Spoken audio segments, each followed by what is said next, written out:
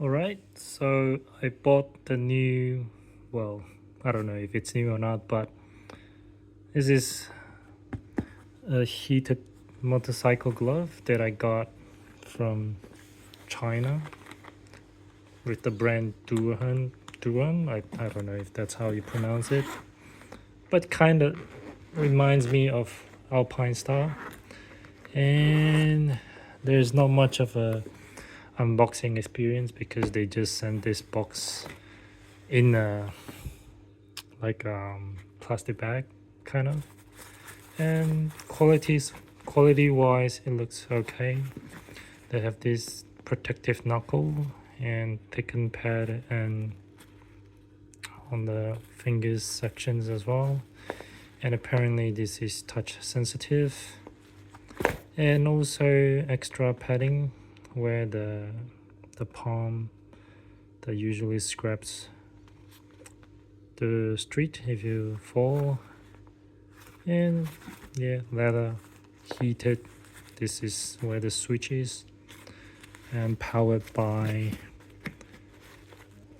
the battery, and comes with a dual charge cable that can just plug into any power bricks that supports USB-A, and it's made of Lean Dry.